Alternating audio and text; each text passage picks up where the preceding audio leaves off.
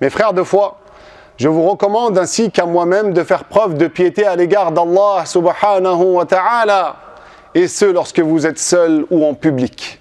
Parce que certes la piété est la clé de la sauvegarde, alors craignez Allah comme il se doit. يقول ربنا جل جلاله في القرآن الكريم في سورة الحج. Allah, glorifié soit-il, nous dit dans le Saint-Coran, plus précisément dans Sourate Al-Hajj: يا أيها الذين آمنوا اركعوا واسجدوا واعبدوا ربكم وافعلوا الخير لعلكم تفلحون.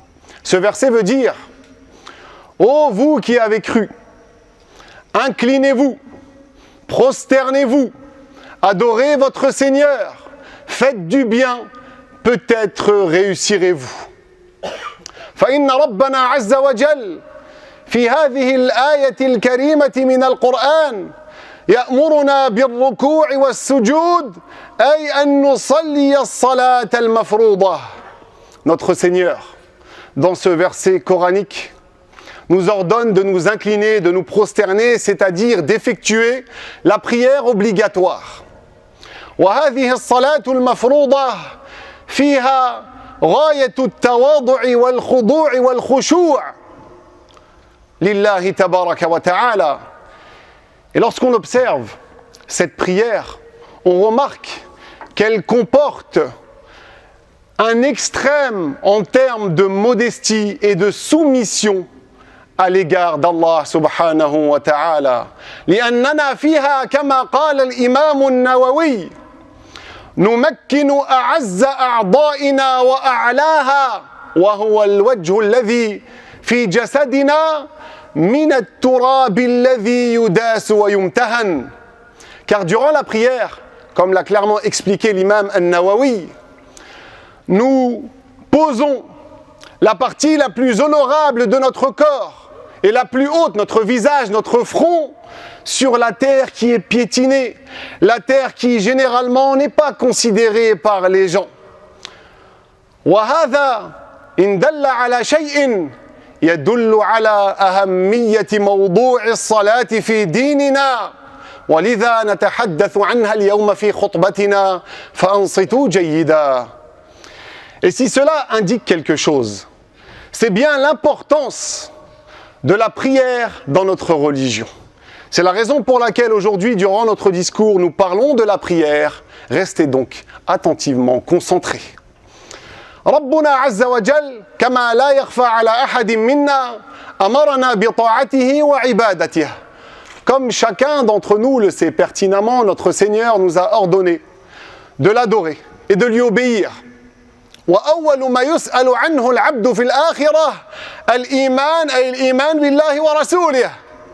Et la première chose sur laquelle nous allons rendre des comptes au jour dernier, c'est la foi, c'est-à-dire la foi en Allah et en son messager. لأن الإيمان هو أفضل الأعمال على الإطلاق هو الأصل والأساس ولا يقبل العمل الصالح من دونه عن الله تعالى.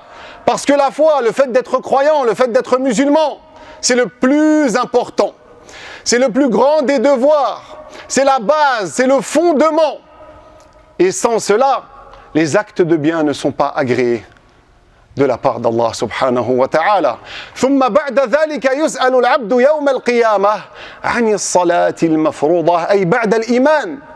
Ensuite, au jour dernier, après avoir été questionné au sujet de la foi, la première chose, le premier acte pratique sur lequel chacun d'entre nous ici va rendre des comptes, c'est la prière obligatoire. ولقد سئل النبي صلى الله عليه وسلم فيما رواه الإمام البخاري ومسلم عن أفضل الأعمال فقال الصلاة لوقتها. Et le prophète sallallahu alayhi wa sallam, dans ce que rapporte al-Bukhari et Muslim, a été interrogé au sujet du meilleur acte pratique et il a dit la prière en son temps. والله تعالى فرض علينا 5 صلوات في اليوم والليلة فمن أداها كما أمر الله تعالى كانت له نورا وبرهانا يوم القيامة. Allah nous a ordonné 5 prières par jour et nuit. Celui qui respecte ces prières, qui les fait correctement, comme Allah nous a ordonné, au jour dernier, ce sera une lumière et un argument pour lui. وأما من أهملها وضيعها وتركها فهذا العذاب والندامة التي تنتظره يوم القيامة أشد بكثير من الألم والندامة التي يشعر بها إذا فقد كل أهله وماله في الدنيا كما ورد في الحديث النبوي الشريف.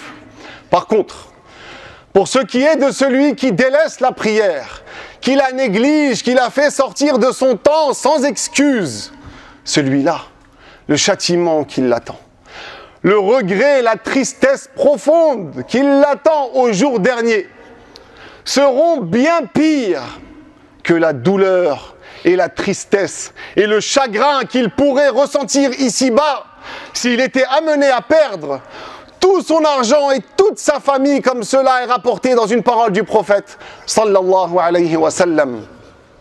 وهذه الصلاة تطهرنا من ذنوبنا وخطايانا إذا فعلناها كما هو مطلوب.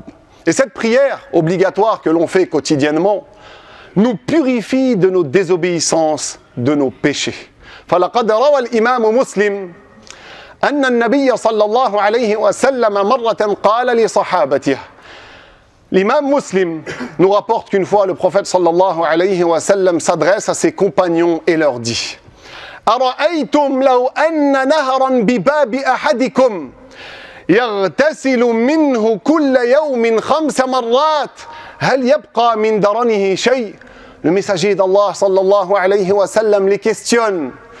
Il leur dit: voyez-vous, s'il y a au niveau de la porte de l'un d'entre vous une rivière dans laquelle il se baigne tous les jours 5 fois, est-ce qu'il resterait sur lui des saletés, des souillures? فَقَالُوا لَا يَبْقَى مِنْ دَرَنِهِ شَيْءٍ. Les compagnons ont répondu au messager sallallahu alayhi wa sallam. Ils lui répondent et lui disent: non, il ne restera aucune souillure. فالرسول صلى الله عليه وسلم قال لهم عندئذ فذلك مثل الصلوات الخمس يمحو الله بهن الخطايا. Alors le messager leur répond: cela est à l'image de la prière, des 5 prières par l'intermédiaire desquelles Allah efface les désobéissances. وقال العلماء إن الصلاة المفروضة تعتبر من الأعمال التي تكون أكثر ثوابا لنا في اليوم. Les savants nous disent que la prière obligatoire est une des plus grandes sources de récompense dans notre journée. En d'autres termes, si tu ne fais pas ta prière, qu'est-ce qu'il va te rester en termes de hasanat dans ta journée? C'est la plus grande source de récompense. فبعد كل هذا يا أخي الكريم ويا أختي الكريمة ليسأل كل واحد منا كيف هي علاقته مع صلاته. Après cette introduction, que chacun d'entre nous se pose la question maintenant: quelle est donc sa réelle relation avec la prière au quotidien? هل نصلي في بداية الوقت دائما؟ Est-ce qu'on s'attache à effectuer la prière immédiatement lorsqu'elle rentre au début de son temps? كان أحد علماء الحديث من السلف الصالح يعمل في الصياغة وطرق الذهب والفضة. Il y avait un grand savant du hadith, du salaf, des 3 premiers siècles de l'Hégire, qui travaillait dans le façonnage de l'or et de l'argent, des métaux précieux. Il travaillait dans le façonnage des métaux précieux. وكان إذا رفع المطرقة فسمع الأذان لا يردها إنما يوقف عمله مباشرة. Il travaillait dans le façonnage, et lorsqu'il levait le marteau, son marteau pour ensuite taper, s'il entendait l'appel à la prière alors qu'il venait de lever le marteau, il ne le redescendait pas, il ne finissait pas son coup directement, il s'arrêtait pour s'adonner à l'acte d'adoration, pour écouter le adhan.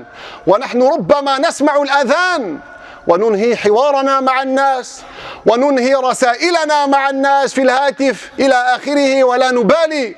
Et nous, c'est possible qu'à notre époque, on entend le adhan, mais on finit de discuter avec les gens, ou on finit d'envoyer notre texto.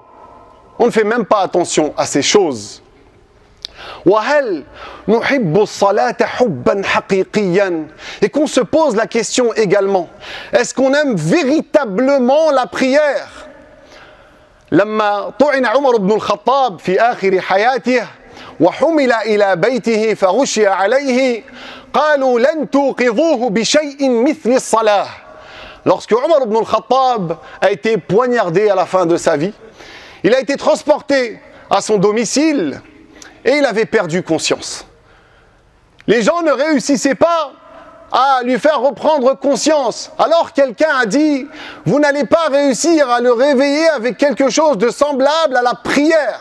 فقالوا له الصلاة يا أمير المؤمنين. Alors ils lui ont dit, la prière, ô émir des croyants. فأفاق مباشرة وقال أصلى الناس. Il s'est alors réveillé. Il a repris conscience immédiatement. Lorsque les gens lui ont dit, la prière, ô émir des croyants.